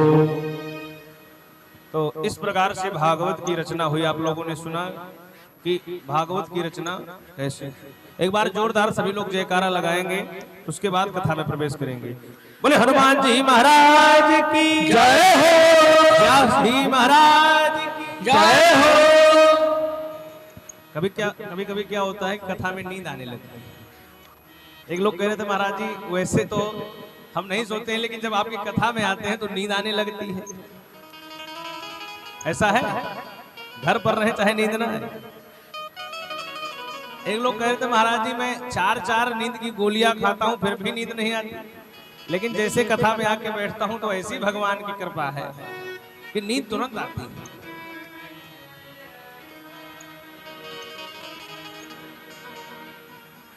नींद क्यों आती? कुंभकर्ण को जानते हैं? ध्यान से सुनना, कुंभकर्ण को जानते हैं? तो कुंभकर्ण की पत्नी का जानते हैं क्या नाम है? कुंभकर्ण को तो जानते हैं, लेकिन उनकी पत्नी को नहीं जानते क्या? उनकी पत्नी का नाम है निद्रा देवी। 6 महीना उन्हीं के साथ रहते। एक दिन केवल उठते थे, बाकी फिर तो इनकी पत्नी का नाम था निद्रा देवी। तो भगवान ने जब मार दिया कुंभकर्ण को तो उनकी पत्नी बड़ी क्रोधित हुई। निद्रा देवी ने आकर के भगवान से कहा कि आप मुझसे युद्ध करो, आपने मेरे पति को मार करके मुझे विधवा कर दिया, मैं किसके साथ अब रहूं? भगवान ने कहा कि देखो मैं मर्यादा में हूं, मैं तुमसे युद्ध तो नहीं कर सकता क्योंकि तुम स्त्री हो, और भगवान श्री राम बच्चों पर और बूढ़ों पर और स्त्रियों पर कभी हाथ नहीं उठाते मर्यादा के खिलाफ। उन्होंने कहा कि देखो मैं तुम्हें मार नहीं सकता और ना तुम्हें जो है तुमसे युद्ध कर सकता। तो निद्रा देवी ने कहा कि देखो अगर आप मुझसे युद्ध नहीं करोगे तो आने वाले समय में आपका काम बिगाड़ूंगी। बोले कि क्या करोगी? निद्रा देवी ने कहा कि जब आपके भक्त लोग पंडाल में कथा बैठ करके सुनेंगे तो मैं उनके सरे पे जाके सवार होंगी। भगवान ने कहा तो बहुत बड़ी विडंबना है, हमारे भक्त जो है इनसे वंचित रह जाएंगे कथा से। तो भगवान ने कहा कि इसका कोई उपाय भी निकाला जाए। भाई समस्या तो आ गई निद्रा देवी। तो बोले कि एक बार अगर जोरदार जयकारा भगवान का लगा दिया जाए तो पंडाल से ठीक 2 किलोमीटर दूर निद्रा देवी चली जाती है। जोर से बोलो महाराजा रामचंद्र भगवान की जय हो। तो इस प्रकार निद्रा देवी 2 किलोमीटर दूर पहुंच जाती है। बोले कृष्ण कन्हैया लाल की जय हो। बीच बीच में जयकारा का भी उद्घोष होना चाहिए। तो कहा कि महाराज इस प्रकार भागवत की रचना हुई। आगे की कथा को पूछा सौनक जी ने। सूत जी महाराज कहते हैं, सौनक जी ने पूछा सूत जी से कि महाराज ये बताइए ये भागवत कथा परीक्षित जी को क्यों सुनना पड़ा? आप लोग जानते हैं महाभारत की कथाएं हैं। ये परीक्षित जी जो है अभिमन्यु जी के पुत्र, अर्जुन के जो पुत्र थे अभिमन्यु, उनकी पत्नी थी उत्तरा। मां उत्तरा के गर्भ से जो है परीक्षित जी का जन्म हुआ। कथाएं लंबी हैं इसलिए हम लोग आगे की कथाओं को भी सुनना है। तो कहते हैं महाराज इनके गर्भ में जब अश्वत्थामा, मां उत्तरा के गर्भ में अश्वत्थामा ने ब्रह्मास्त्र चलाया था, उस समय भगवान ने मां उत्तरा के गर्भ में जाकर के शिशु की रक्षा की थी। अंगूठे के बराबर गए थे। तो ये परीक्षित जी महाराज का जब जन्म होता है तो इन्होंने सोचा कि जो गर्भ में जाकर के मुझे दर्शन दिया था वो कहाँ है। इधर उधर देखने लगे, भगवान की दर्शन की इच्छा को लेकर के इस धरती पर आए, तो इनका नाम पड़ गया परीक्षित। भगवान की दर्शन की इच्छा इनके अंदर, और संतों ने इनका नाम रखा विष्णुरात, और इन्हीं का नाम पड़ा महाराज परीक्षित। तो ये परीक्षित जी महाराज धीरे धीरे बड़े होते हैं। जब पांडव स्वर्गारोहण की यात्रा पर चले जाते हैं, परीक्षित को राजा बना देते हैं। उस समय परीक्षित जी महाराज जब राजा राजगद्दी पर बैठते हैं तो एक दिन उन्होंने सोचा कि चल करके अपने देश का भ्रमण करके आता हूं कि हमारे देश में क्या हो रहा है, किसी प्रकार का कोई अधर्म का कार्य तो नहीं हो रहा है। पहले के लोग जब पहले राजा रहते थे तो पहले भेष बदल करके वो घूमने जाते थे कि क्या हमारे राज्य में हमारा कोई द्रोह कर रहा है, कोई कुकर्म कर रहा है, तो उसको पकड़ते थे इस प्रकार के राजा। तो वो भी ऐसे ही रूप बना करके जा रहे थे और जा करके पूरे देश को टहला, और जहां जाते वहां अपने दादाजी की, अपने पिताजी की, अपने पूर्वजों की प्रशंसा सुनते कि अर्जुन जैसा कोई धनुर्धर नहीं, भीम जैसा कोई बलशाली नहीं, युधिष्ठिर जैसा कोई धर्मज्ञ नहीं, और अभिमन्यु की कथा सुनते कि जिन्होंने गर्भ में ही चक्रव्यूह तोड़ने की जो है शिक्षा ली। बड़े प्रसन्न हुए। परीक्षित जी मन में सोचा कि बताओ हमारे पूर्वजों की इतनी ख्याति है और मुझे बहुत सावधानी से रहना चाहिए।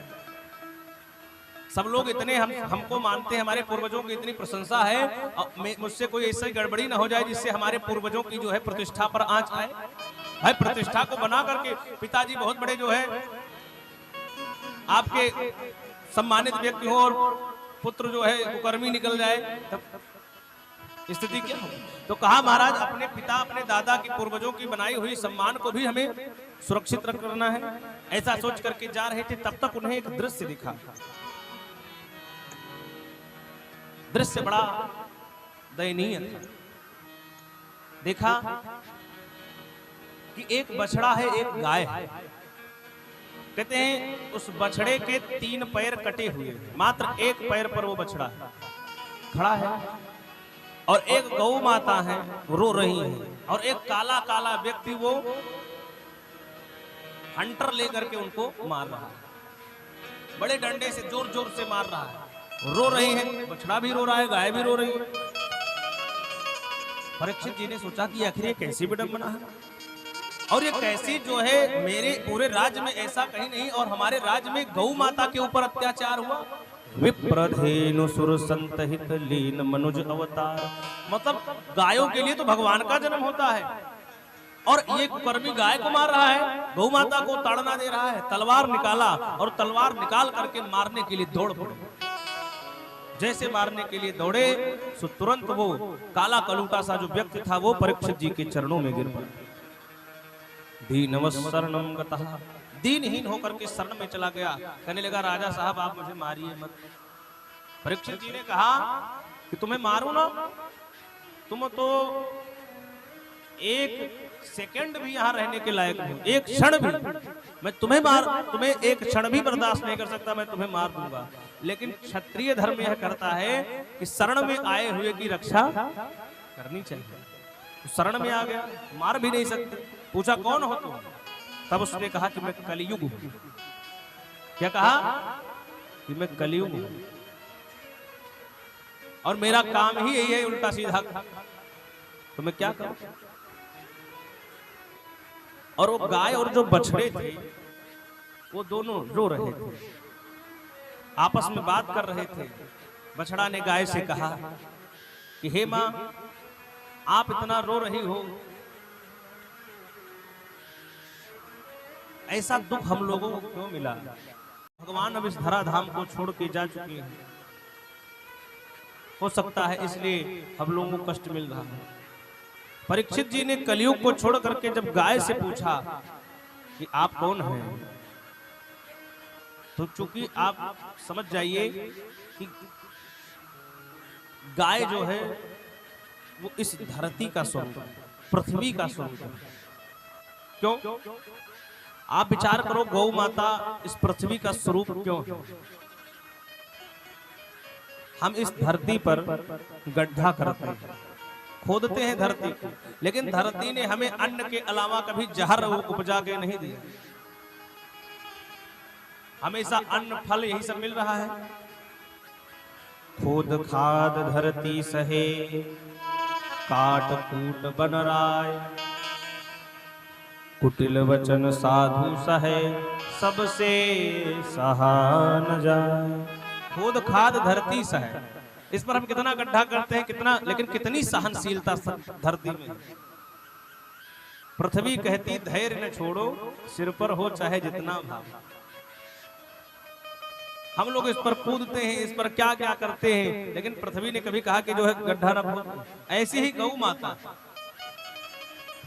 गौ माता क्या करती हैं, उनको हम जब खिलाते पिलाते हैं तो हमें दूध देती है।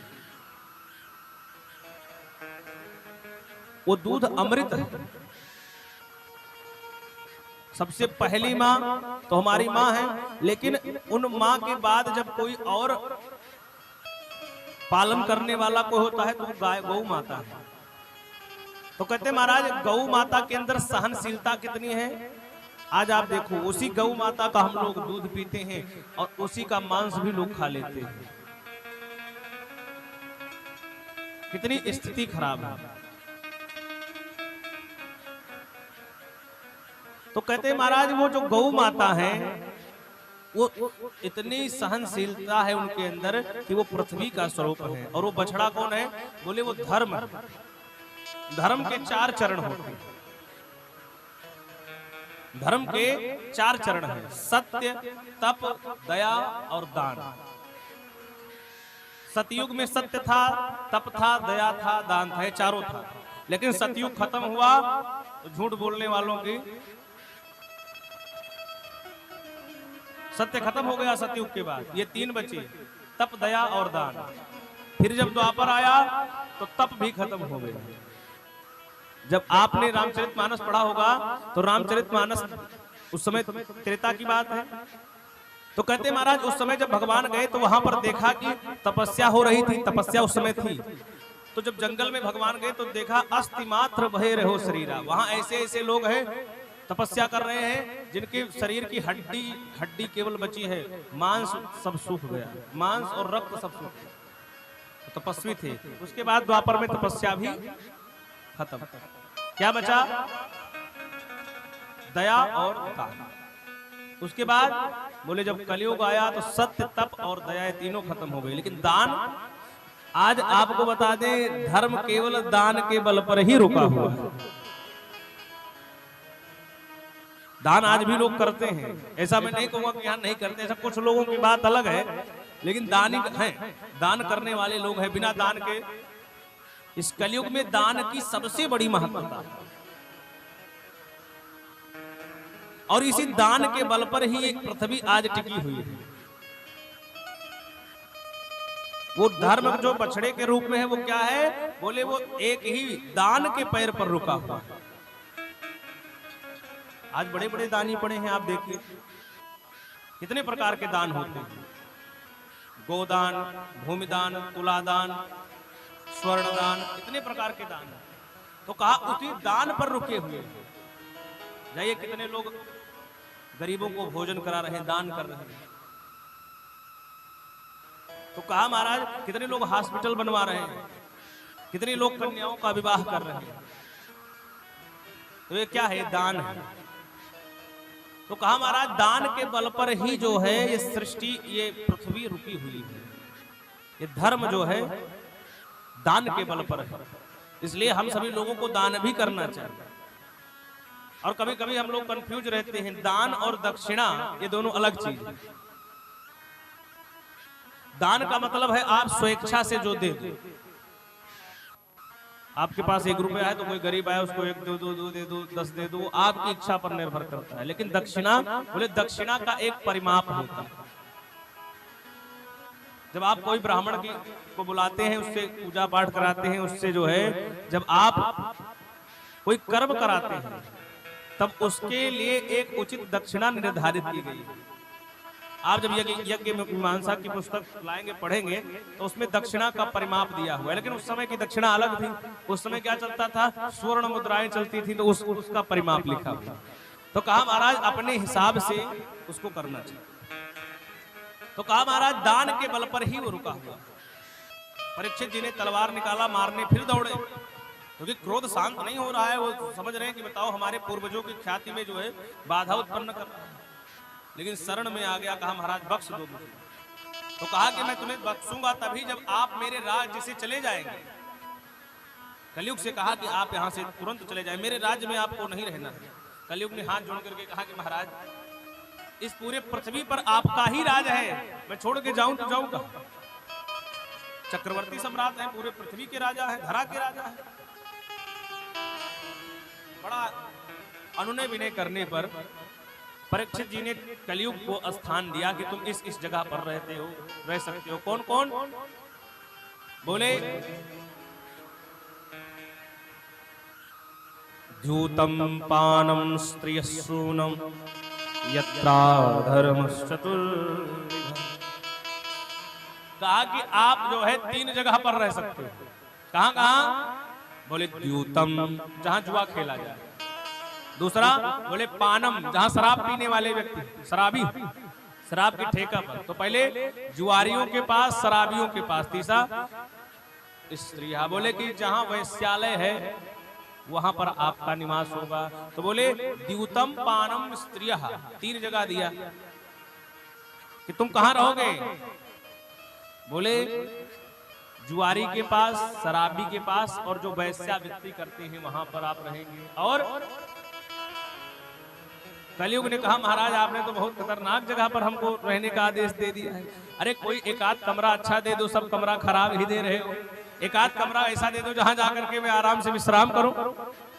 बड़ा अनुनय विनय करने पर तब परीक्षित जी ने कहा कि जाओ एक जगह तुमको और मैं दे रहा हूं, वहां जाकर निवास करो। बोले कहां? बोले सोने में तुम्हारा निवास होगा।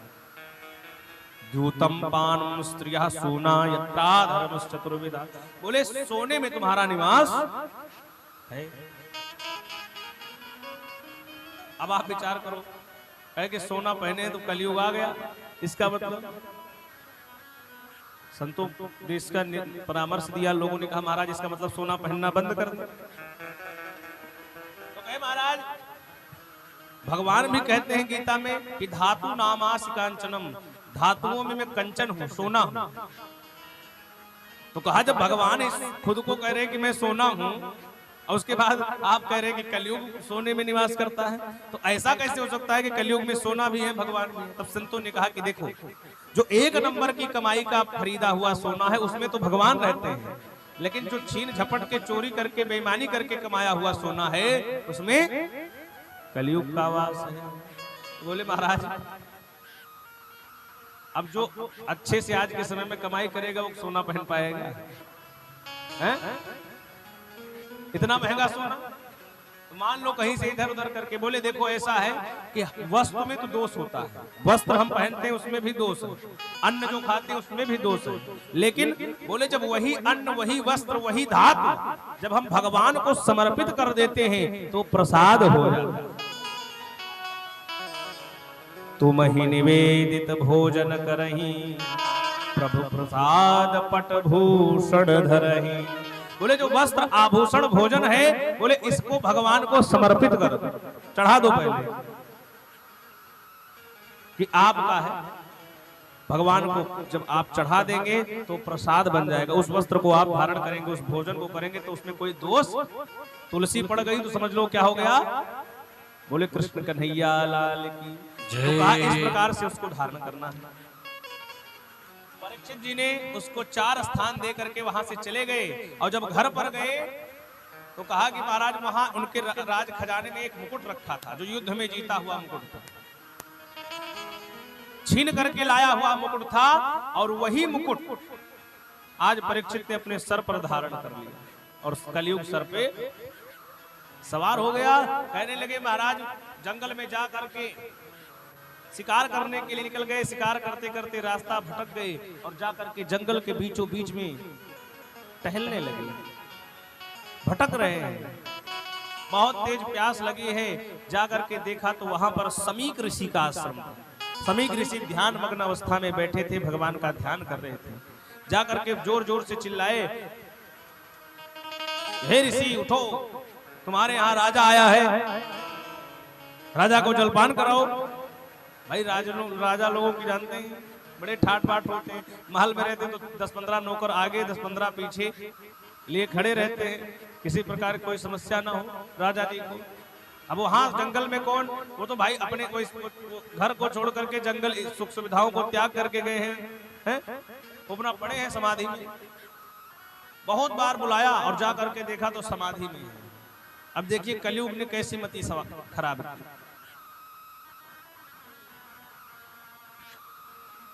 परीक्षित जी देखते हैं और सोचते हैं मन में कि ये बाबा जो है ये ढोंग कर रहा है। बताओ, राजा इनके घर पे आया है, उसको ये पानी नहीं पिला रहा है और आंख बंद करके ढोंग कर रहा है कि मैं तपस्या कर रहा हूं, जानबूझ करके कि अभी उठूंगा तो पानी पिलाना पड़ेगा। कलयुग ने ऐसी मति को भरमाया कि एक मरा हुआ सर्प पड़ा था, तक्षक नाग का एक शव पड़ा था, वो नाग उठाया और ले जा करके ऋषि के गले में लपेट दिया और वहां से चल दिया। ये दृश्य एक बालक देख रहा था। वो दौड़ करके जा करके जो समीक ऋषि के पुत्र थे श्रृंगी, कौशिकी नदी में स्नान कर रहे थे, जा करके दौड़ करके बताया कि मित्र, आपके पिताजी के गले में राजा ने मरा हुआ सर्प डाल दिया है। वो बच्चा क्रोधित हो गया कि मेरे पिता का इतना बड़ा अपमान, और ब्राह्मण बालक ने कौशिकी नदी के जल को अपने हाथ में लिया और श्राप दे दिया। इति लंघित मर्यादम तक्षकः सप्तमेहनि दक्षस्यास्ति कुलांगारं चोदितो मे तदद्रुहम्। काहे कुलांगार, तुम्हें राजा होने का घमंड है कि तुम इस धरा के राजा हो, और तुमने इतनी बड़ी मूर्खता कर दी, मेरे तपस्वी पिता के गले में मरा हुआ सांप डाल दिया, उनका अपमान किया है। मैं श्राप देता हूं कि आज से ठीक 7वें दिन जिस नाग को तुमने मारा है वही तक्षक नाग जाएगा और तुम्हें काटेगा, तुम्हारी मृत्यु होगी। ऐसा श्राप दे दिया।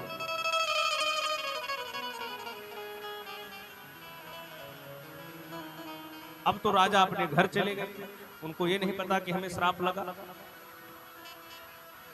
घर जाकर के जब मुकुट को उतारा और तब उनको जब सारी वृतांत याद हुआ, अब तो परीक्षित जी महाराज रोने लगे कि मैं कैसे जिंदा हूं, इतना बड़ा अपराध करके, संत का इतना बड़ा अपराध करके मैं कैसे जीवित, मुझे तो मर जाना चाहिए एक क्षण भी। और इधर जब समीक ऋषि की समाधि टूटी, छोटा सा बालक, उसने बताया कि आपके पुत्र ने राजा को श्राप दे दिया 7 दिन में मरने का। अब तो महाराज समीक ऋषि अपने पुत्र को बुलाए, बहुत डांटा कि बताओ, तुमने राजा को, परीक्षित को श्राप दे दिया। अब ऐसा राजा दुनिया में होने वाला, कलयुग आने वाला है, ऐसा राजा अब नहीं होगा। समीक जी को पता चला कि ये बात तो राजा जी को तुरंत बतानी पड़ेगी। उनको पता चले भाई 7 दिन बचा है, जो करना हो कर ले, ये तो भी पता चले। समीक ऋषि दौड़ करके आए और जाकर के बताया कि राजा जी, आपको जो है हमारे बेटे ने गलती से श्राप दे दिया है।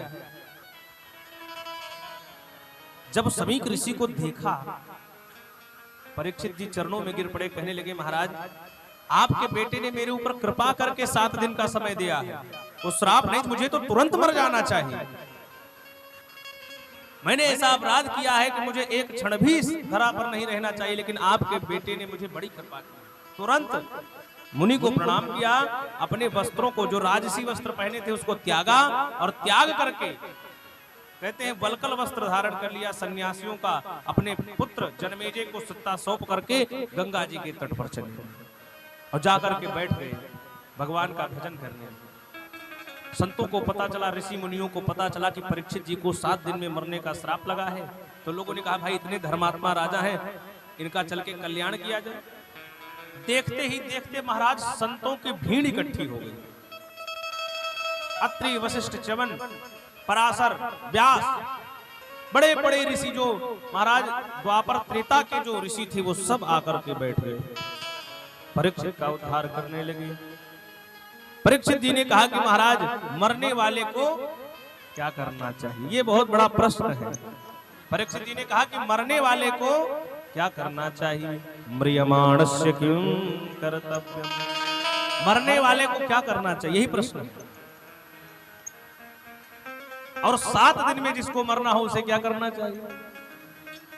सभी ऋषि महर्षि सब सोच रहे हैं कि 7 दिन नहीं, अगर 8 होता, 9 होता, 11 होता तब तो, 7 दिन तो बड़ा कम है। ऐसा कह ही रहे थे कि अचानक देखा तत्राद भवद भगवान व्यास पुत्रो, कहते हैं तभी अचानक भगवान प्रकट हुए। बोले भगवान? बोले हाँ भगवान प्रकट हुए, लेकिन किसी के रूप में प्रकट हुए। तत्राद भवद भगवान व्यास पुत्रो, बोले भगवान व्यास पुत्र सुखदेव जी के रूप में प्रकट हो गए। बोले सुखदेव भगवान की जय हो। सुखदेव भगवान के रूप में मानो भगवान ही प्रकट हो गए। अब सुखदेव जी आ रहे हैं भगवान के रूप में, क्यों कहा? क्योंकि भगवान परीक्षित जी को बड़ा स्नेह करते हैं। इनको जन्म में भी जाकर के इनकी रक्षा की थी। कहते हैं कि जब अश्वत्थामा ने अस्त्र चलाया, ब्रह्मास्त्र चलाया, तो भगवान ने गर्भ में जाकर के अस्त्र से रक्षा की। लेकिन आज तो अस्त्र चला नहीं, आज क्या चला है? बोले वाग वज्रम, आज तो वाक रूपी वज्र चला है। आज कैसे बचाएंगे भगवान? बोले आज ऋषि पुत्र ने वाणी के माध्यम से श्राप दिया है, तो भगवान ही भी वाणी के माध्यम से ही परीक्षित का कल्याण करने के लिए व्यास पुत्र सुखदेव के रूप में आए हैं। सुखदेव जी कैसे हैं? अलक्षलिंगो निजलाभ तुष्टो वृतश्च बालैर अवधूत वेशः। बोले महाराज ये इतने अद्भुत संत हैं कि जन्म लेते ही ये बैरागी हो गए। कभी आपने सुना कि कोई व्यक्ति जैसे जन्म लिया हो जंगल में भाग गया? अष्टद्वयी 16 वर्ष के हैं। कितने वर्ष के? 16 वर्ष के सुखदेव जी महाराज हैं।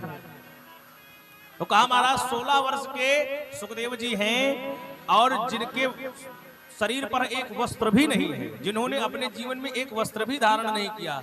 वो उनका ये मानना है कि जीवन में हर व्यक्ति, हम इतने लोग बैठे हैं लेकिन जब हम पैदा होते हैं तो हमारे शरीर पर वस्त्र रहता है।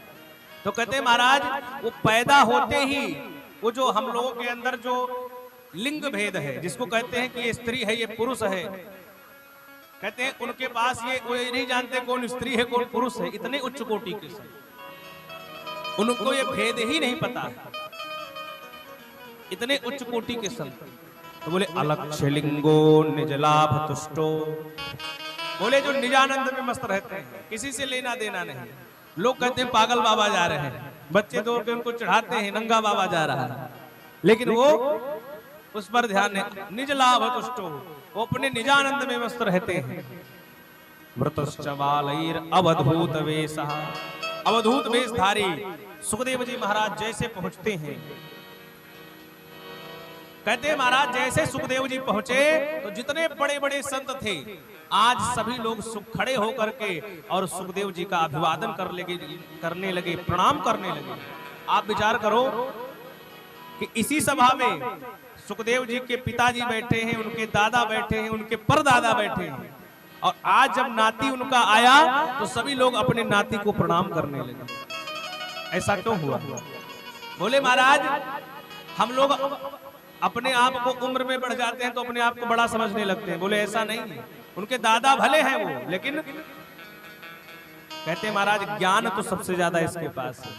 उम्र में आदमी बड़ा नहीं होता, जिसके पास ज्ञान ज्यादा होता है वो आदमी बड़ा होता है। आज उनके दादा परदादा उनको प्रणाम कर रहे हैं, क्यों? क्योंकि उतना बड़ा ज्ञानी, उतना बड़ा तपस्वी वो खुद ही नहीं है भाई, वो भी है।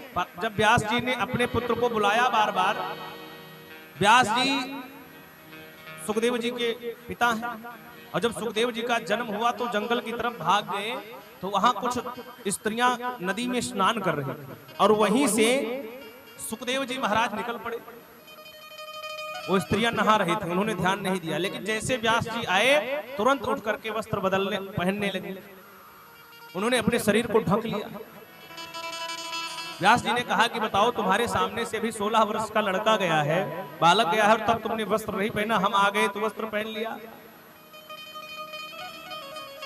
उन स्त्रियों ने कहा कि व्यास जी महाराज आपके अंदर जो है वो योग्यता नहीं है जो उस बालक के अंदर, भले वो 16 वर्ष का है लेकिन उसके अंदर विकार नहीं है, आपके अंदर वो विकार है।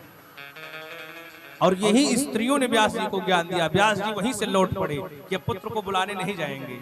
इतना बड़ा जो तपस्या में बड़ा है, इतना बड़ा जो मुझसे भी ज्यादा बड़ा उसका पद है, तो व्यास जी भी महाराज भी उसको प्रणाम कर रहे हैं। बोले सुखदेव भगवान की। सुखदेव भगवान कोई साधारण नहीं है। आज ऐसे सुखदेव भगवान जब आते हैं तो जब सभी संतों ने प्रणाम किया तो परीक्षित जी ने सोचा है कोई साधारण व्यक्ति। परीक्षित जी चरणों में गिरे, पूजन किया, सुखदेव जी को बिठाया और तब जाकर के प्रश्न किया कि महाराज मुझे बताइए, म्रियमाणस्य किम कर्तव्यम, मरने वाले को क्या करना चाहिए, और 7 दिन में मरने वाले को। अच्छा इसमें बताइए मरना किसको किसको है? एक न एक दिन तो मरने हैं, सबको मरना है। एक आध लोग अमर होकर तो नहीं आए हैं। कोई इसमें अमर होकर आया हो तो हाथ उठाओ। मरना सबको है और 7 दिन में मरना है। अब कहोगे महाराज यानी कथा पूर्ण होने के बाद क्या होगा? बोले 7 दिन में ही मरना है। कैसे मरना है? बोले सोम मंगल बुध गुरु शुक्र शनि रवि, इन्हीं 7 दिन में मरना है। 8वां कोई दिन, जोर से बोलो राधे राधे राधे राधे। तो ये प्रश्न किसका है? परीक्षित जी का है? ये सबका प्रश्न है। मुनयः साधु पृष्ठो हम भवद्भिर लोक मंगल, ये लोक मंगल का प्रश्न है। ये कोई व्यक्तिगत प्रश्न नहीं है, ये सबका प्रश्न है और हम लोगों को भी जानना चाहिए। अच्छा कितने लोग जानना चाहते हो कि मरने जो है मरने के पहले क्या क्या करना चाहिए? आप विचार करो, कभी किसी ने मरने की तैयारी की है? विवाह होता है, कितनी जबरदस्त तैयारी होती है, क्यों? इसमें कितने लोग मरने की तैयारी किए हो ये बताओ? और जबकि जानते हो कि मरना है तब भी नहीं कर रहे हो। अब कहोगे महाराज ये कैसी बात कर रहे हैं? आप विचार करो, आपको यहां से अयोध्या जाना हो तो पहले से ही गाड़ी मंगाओ, या तो ट्रेन से जाओ तो टिकट कटाओ, और दिल्ली मुंबई जाना हो तो पहले से रिजर्वेशन कराओ, विदेश जाना हो तो पहले से पासपोर्ट बनवाओ, वीजा लगवाओ, फ्लाइट का टिकट बुक कराओ, इतनी तैयारियां, पैकिंग करो। अच्छा ये सब यात्रा कैंसिल भी कर सकते हो, लेकिन वो यात्रा कैंसिल करने का कोई उपाय है? इसका टिकट कैंसिल करोगे रिफंड मिल जाएगा। ऐसी यात्रा जिसको करना ही पड़ेगा, आप करना चाहो चाहे ना करना चाहो, पकड़ के ले जाएंगे, मारते हुए ले जाएंगे, करना पड़ेगा। और तैयारी 1 पैसे की नहीं।